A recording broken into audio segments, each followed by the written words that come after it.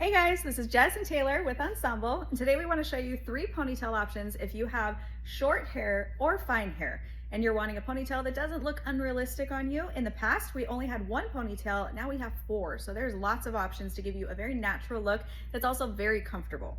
So Taylor has 3. The first one I'm going to show you is our light ponytail. This one has 4 prongs so that we can wrap it really tight. And our tail also is only 12 inches long. So we keep that base very natural looking when it's on your hair. But this one, she would just be adding, oh goodness, like 5-6 inches of length. So we can cut these to any length that you want, but we wanted to show you it in a 16 so that you can see how it comes and the natural shape, because they are pre-layered. That's the huge benefit. So they already taper in a way that moves naturally and feels more comfortable. So how to put these in, I really want to show you up close.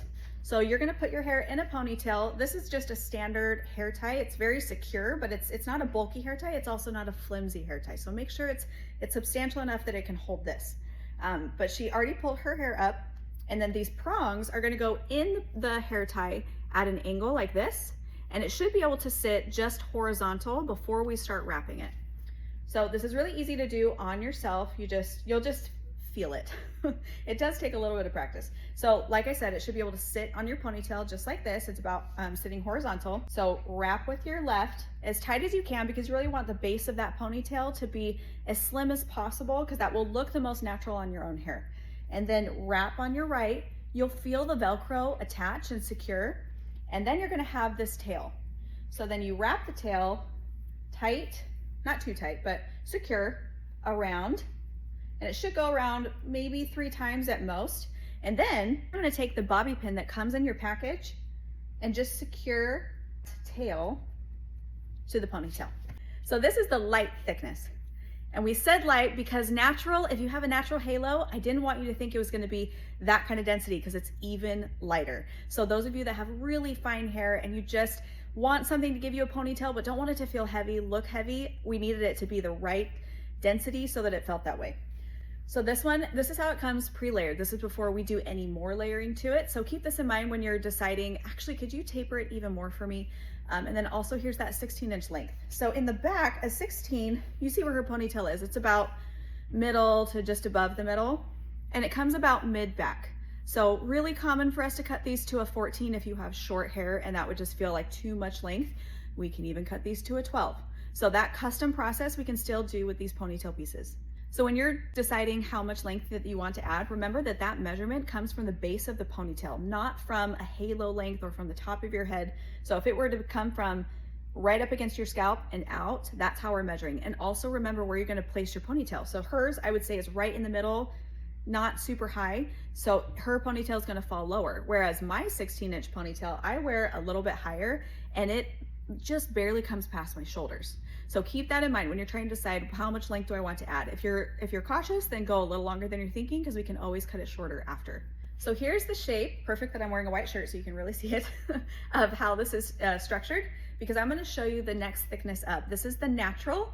So once it's in her hair, I'm not sure that you're going to see a substantial difference. So here's a side by side. You see where the weight is a lot more full right here. It's not as full as our full option, but it's thicker than this one. So you're getting 20% more hair with the natural than the light. But structure wise, you can see where this one really starts to taper at the ends, and this one still has a bit more weight in there. So she can totally wear both. Both are very, very comfortable. It's just a preference. But if you do have very fine hair, I am going to push you to the light one.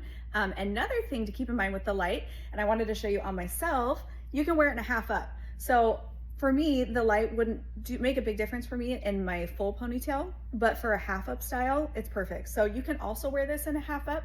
If you're pairing it with a halo, then at least you'd have the same density if you were to pull your hair up.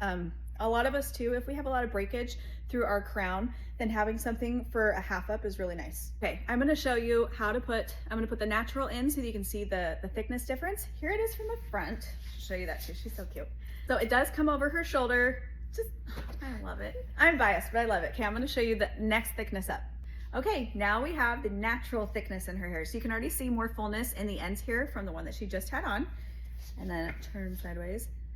Still not an overwhelming amount of hair, totally matches with her natural density, but she just gets a little bit more volume out of this one. It has 20% more hair than the light. still very, very comfortable, still the same prong style, the same length of a tail, and we can cut this one shorter. Again, I'm just stressing the customizing that is an option, but we just wanna make sure we're starting with the right density.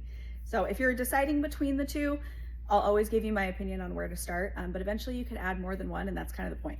Okay, now I'm gonna show you our long ponytail on her because it's dreamy and you could totally wear one. Okay, she has the dreamy long one on, and this one's actually been cut to an 18 because 20 might just be a little too long for you. So I wanted to show you an 18-inch length. Again, just measure from the base of where your ponytail would start and measure how long you want it to be. So I wear this one in a 20-inch, but she likes it cut to an 18. Let's show from the side. Gorgeous. But what's so important is look at that base of that ponytail. What's such a dead giveaway when something is not real is when this is so bulky.